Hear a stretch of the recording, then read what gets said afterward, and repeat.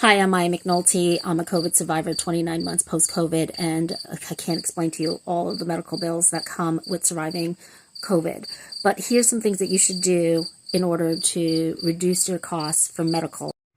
I've been wanting to jump on this trend where people are like, I would never do X, Y, and Z as a whatever. As a primary care physician, I can think of a million things I would never do, but I've narrowed it down to one. I would not trust the American healthcare system. The third leading cause of death is medical error. Really? Now, why is that? We have the best schools in the world. We have brilliant, dedicated, talented people working in this industry. It's the system. We're forced to work in an impossible system. So I'm going to give you some tips on how to not fall victim to this system. Number one, keep your own records. The whole point of going electronic with all of our records is so that we can make it easy to share data, but that's not what happened at all. It's actually quite difficult. We all have a different system. We don't have easy access to each other's system, and we cannot communicate easily with each other. So always keep your own up-to-date med list.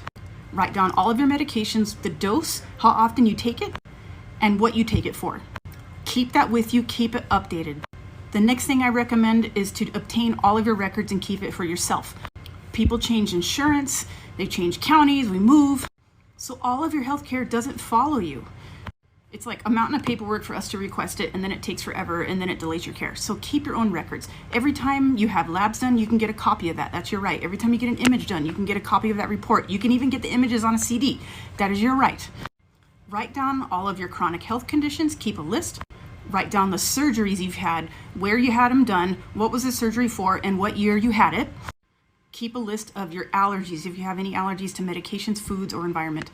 This alone will save you a lot of hassle, and it will streamline your care. Next, if you have a complex health history, then I highly recommend getting a patient advocate involved who will be there with you through everything. The system is too confusing. You need help. Next, I recommend you get a solid primary care physician who will help you navigate the processes, advocate for you when you need it, someone who's going to teach you, educate you about your conditions and your medications, and empower you to stick up for yourself and take care of yourself. Next, if you receive a medical bill, don't pay it right away. Medical bills are full of errors and fraudulent